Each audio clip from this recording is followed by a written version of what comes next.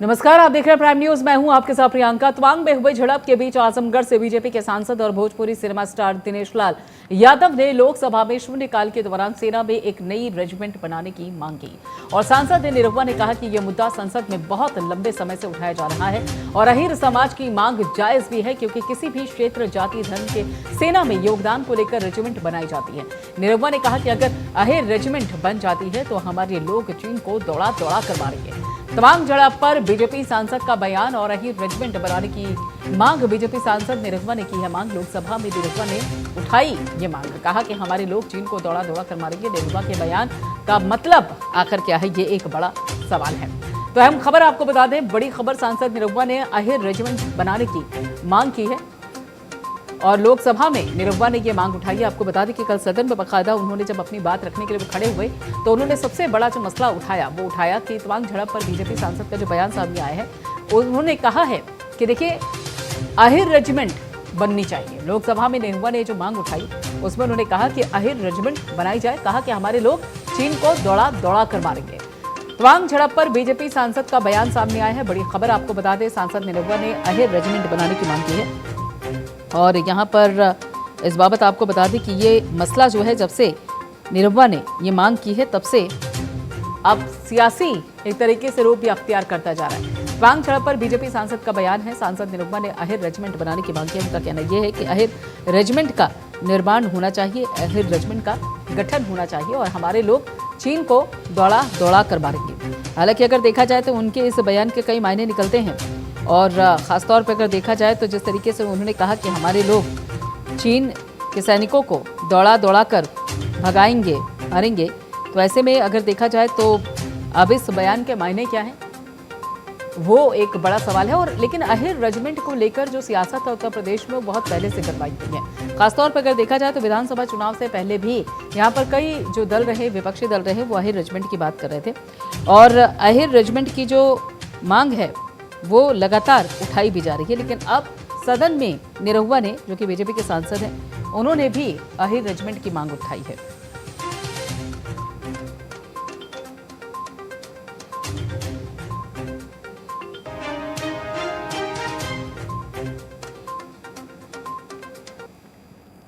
देख जी, मैं जिस मुद्दे पे बात करने वाला हूं वो एक बहुत लंबे समय से चल रही मांग है। भारतीय सेना में अहीर रेजिमेंट की मांग बहुत लंबे समय से चल रही है। अध्यक्ष जी, हम सभी जानते हैं कि सेना में अलग अलग जाति, धर्म, संप्रदाय और राज्य के योगदान, बलिदान को ध्यान में रखते हुए उनके सम्मान में, उनके मनोबल को बढ़ाने के लिए अलग अलग राज्य, धर्म, संप्रदाय और जाति के नाम पे सेना में रेजिमेंट बना है। ये अहीर रेजिमेंट की मांग बिल्कुल जायज है और मैं सरकार से ये निवेदन करता हूं कि सेना में जल्दी से जल्दी अहीर रेजिमेंट का गठन किया जाए। क्योंकि अध्यक्ष जी, मैं थोड़ी सी और बात बताना चाहता हूं। जिस दिन ये अहीर रेजिमेंट का गठन होगा, चाइना की रूह कांप जाएगी अध्यक्ष जी। ठीक है, उसका कारण एक सेकंड में बता देता हूं अध्यक्ष जी। 62 के युद्ध में जी रेजांगला चौकी पर 124 अहीर जवान तैनात थे। ठीक है, उन्होंने 100-200 नहीं 3000 चीनी सैनिकों को मारा और चाइना ने यह कहा, दिनेश जी बहुत बहुत धन्यवाद। कोई गीत सुनाना चाहे तो सुना सकते हैं जी। आपने मुझे शून्यकाल में बोलने का अवसर दिया, इसके लिए मैं आपका बहुत आभार व्यक्त करता हूं। अध्यक्ष जी, मैं जिस मुद्दे पे बात करने वाला हूं वो एक बहुत लंबे समय से चल रही मांग है। भारतीय सेना में अहीर रेजिमेंट की मांग बहुत लंबे समय से चल रही है। अध्यक्ष जी, हम सभी जानते हैं कि सेना में अलग अलग जाति, धर्म, संप्रदाय और राज्य के योगदान, बलिदान को ध्यान में रखते हुए उनके सम्मान में, उनके मनोबल को बढ़ाने के लिए अलग अलग राज्य, धर्म, संप्रदाय और जाति के नाम पे सेना में रेजिमेंट बना है। ये अहिर रेजिमेंट की मांग बिल्कुल जायज है और मैं सरकार से ये निवेदन करता हूं कि सेना में जल्दी से जल्दी अहिर रेजिमेंट का गठन किया जाए, क्योंकि अध्यक्ष जी मैं थोड़ी सी और बात बताना चाहता हूं। जिस दिन ये अहिर रेजिमेंट का गठन होगा, चाइना की रूह कांप जाएगी अध्यक्ष जी। ठीक है। उसका कारण एक सेकंड में बता देता हूं अध्यक्ष जी। 62 के युद्ध में जी रेजांगला चौकी पर 124 अहिर जवान तैनात थे। ठीक है। उन्होंने 100-200 नहीं 3000 चीनी सैनिकों को मारा और चाइना ने यह कहा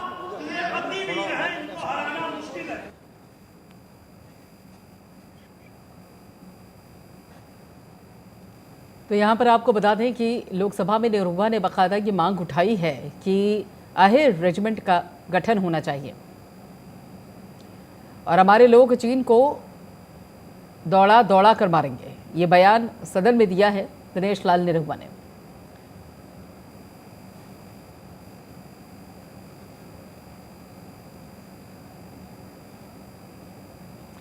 तो यहाँ पर शमशीर आज़ाद हमारे साथ जुड़ चुके हैं जो कि बीजेपी के प्रवक्ता हैं और साथ ही महेश आर्य भी हमारे साथ जुड़े हुए हैं जो कि सपा के प्रवक्ता हैं। सबसे पहले यहाँ पर शमशीर जी देखिए, अहिर रेजिमेंट की मांग आज की नहीं है, बहुत पुरानी है। सवाल ये उठता है कि जब निकाय चुनाव सर पर है और निकाय चुनाव अब दस्तक देने ही वाले हैं, उसी दौरान दिनेश लाल निरुवा ने सदन में अहिर रेजिमेंट की मांग उठाई है। कोई कनेक्शन है क्या इन दोनों के बीच में? देखिए, जो नगर निकाय के चुनाव से इसका कोई लेना देना नहीं, ये उनकी अपनी व्यक्तिगत राय है। जैसा कि उन्होंने बताया कि बहुत समय तक सारे रेजिमेंट ऐसे रेजिमेंट है, गोरखा रेजिमेंट है, तो उनके भी ये जिस समाज से आते हैं तो वो चाहते हैं कि भाई भारतीय सेना में उनका भी एक अलग से रेजिमेंट बनाया जाए। और ये उनकी बात अच्छी है कि उनको भी ये लगा कि भाई यादव समाज जो होता है बहादुरों में गिनती होती है, तो यही चाहते हैं कि उसको जो है सेना में एक अलग से रेजिमेंट बनाकर एक अलग से यादवों की पहचान दी जाए। ये उनका अपना अभी तक की निजी वो है, वक्तव्य है, निजी बयान है उनका। अभी इस पर कोई कार्रवाई करने की बात नहीं की गई है। उनकी मांग है और उनका मनोबल बढ़ाते हुए पार्टी भी उनके साथ है। देखना ये है कि नगर निकाय का चुनाव जैसे क्या बात करे और प्रियंका जी, तो इसका नगर निकाय चुनाव से कोई लेना देना नहीं है। ये देशभक्ति की बात है, राष्ट्रभक्ति की बात है, जिस पर दिनेश लाल यादव ने अपने समाज की बात उठाई है और समाज को जरूरत है क्योंकि यहाँ पर अभिव्यक्ति की आज़ादी है।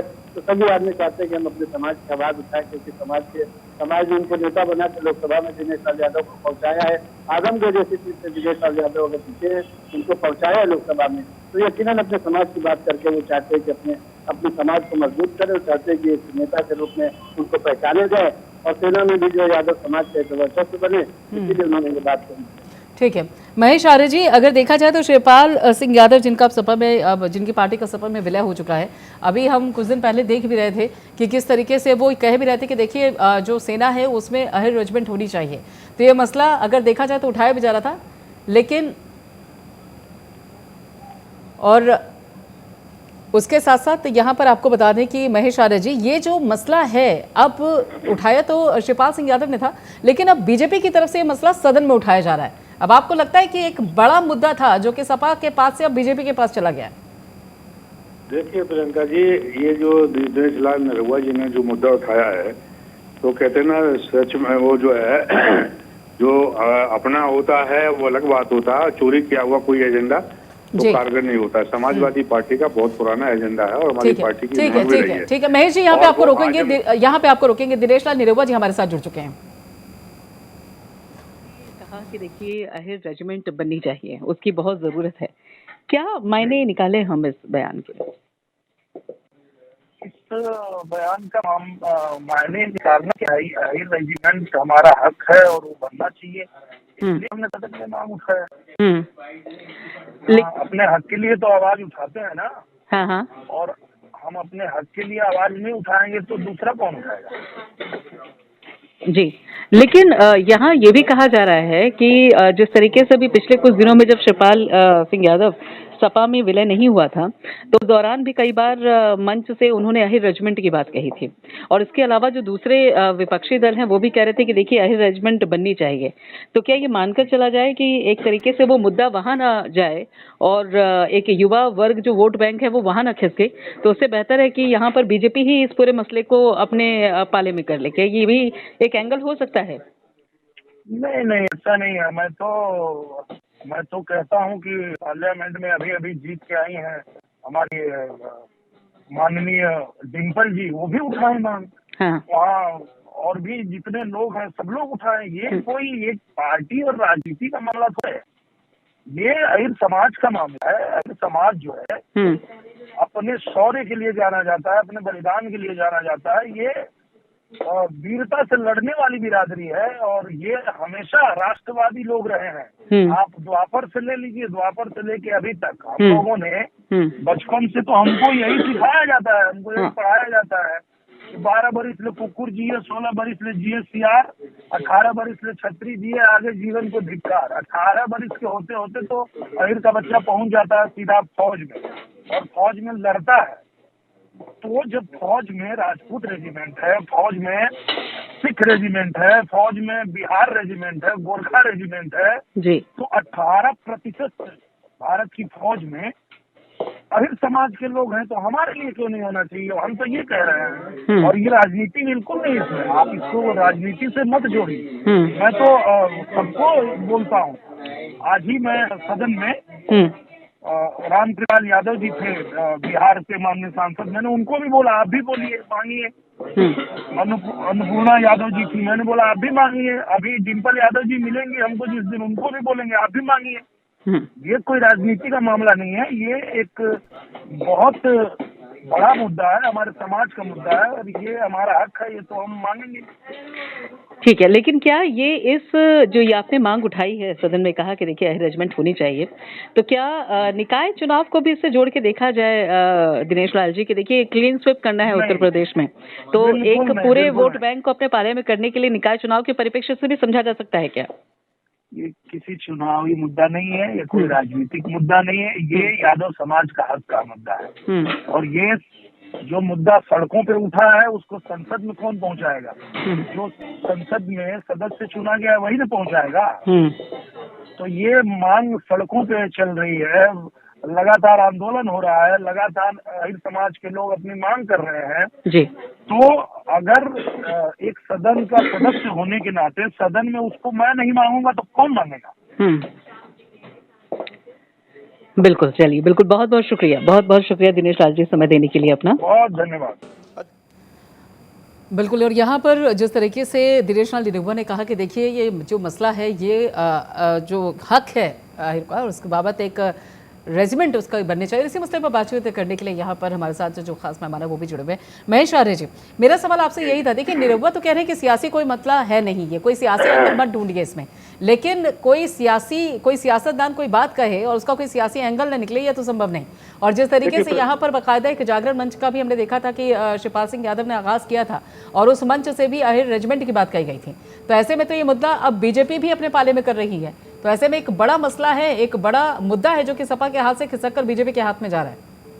नहीं, देखिए प्रियंका जी, मैं पहले ही बता रहा था आपको कि असल होता है, नकल होता है। समाजवादी पार्टी का पहले से ही एजेंडा था ये, और हर मंच से हर जगह पर हमारे इस बात को उठाया था कि जिस तरह से दूसरे समाज को अगर नाम पर रेजिडेंट बनी हुई है तो उस तरह का रेजिमेंट भी बनाई जाए। तो जो मुद्दा हमारा बहुत पुराना है, अब निरहुआ जी अगर उठा रहे हैं तो मैं तो निरहुआ जी से कहना चाहता हूं कि अपने एक ही उसके लिए क्यों, हमारी पार्टी ने तो बहुत समय से ही उठाया है कि भारतीय जनता पार्टी के वो नेता हैं तो वो अपनी पार्टी में ये तय करें कि जो पिछड़ी जाति की आबादी 52% है और जातिगत के आधार पर जनगणना कराने की बहुत लंबे अरसे से मांग है, इस बात को भी हाउस में उठाएं।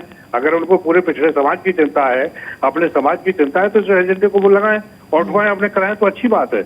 लेकिन वो मुझे लगता है कि इसके लिए न तो उनकी केंद्र सरकार और ना ही स्टेट में जहां भी सरकारें हैं, आज तक उन्होंने इसके लिए एक शब्द भी नहीं बोला कि जातिगत जनगणना कब होगी। मैं उनसे पूछना चाहता हूं कि वो कब उठाएंगे कि जाति के आधार पर जनगणना कब कराएंगे और पिछड़ों को 52% आरक्षण कब दिलाएंगे। बिल्कुल शमशेर जी, जवाब है आपके पास। और इसी में मेरा भी एक सवाल है, उन्होंने सही कहा महेश आर्य जी ने कि देखिए मांग तो उठ गई अब सदन में, तो क्या केंद्र सरकार अपने सांसद की बात मानेंगे? अब शमशेर आजादी, आवाज मिल रही है आपको? चलिए, शायद मेरी आवाज़ नहीं पहुंच पा रही है आज़ाद साहब के पास। और ये जो मसला है अब वो देखा जाए तो बेहद अब उत्तर प्रदेश में एक सियासी रंग भी अख्तियार करता जा रहा है, क्योंकि एक तरफ देखा जाए तो समाजवादी पार्टी भी इसी अहिर रेजिमेंट की मांग करती आई है और वहीं दूसरी तरफ निरहुआ ने सदन में ये मसला उठाकर इस मसले में और भी वजन डाल दिया। बहुत बहुत शुक्रिया महेश आर्य जी और शमशेर आज़ाद जी आप दोनों को जुड़ने के लिए। तो ये अहिर रेजिमेंट की जो मांग है उस बाबत और दिनेश लाल निरहुआ ने सदन में ये अब मसला उठाया है कि एक रेजिमेंट का भी गठन होना चाहिए।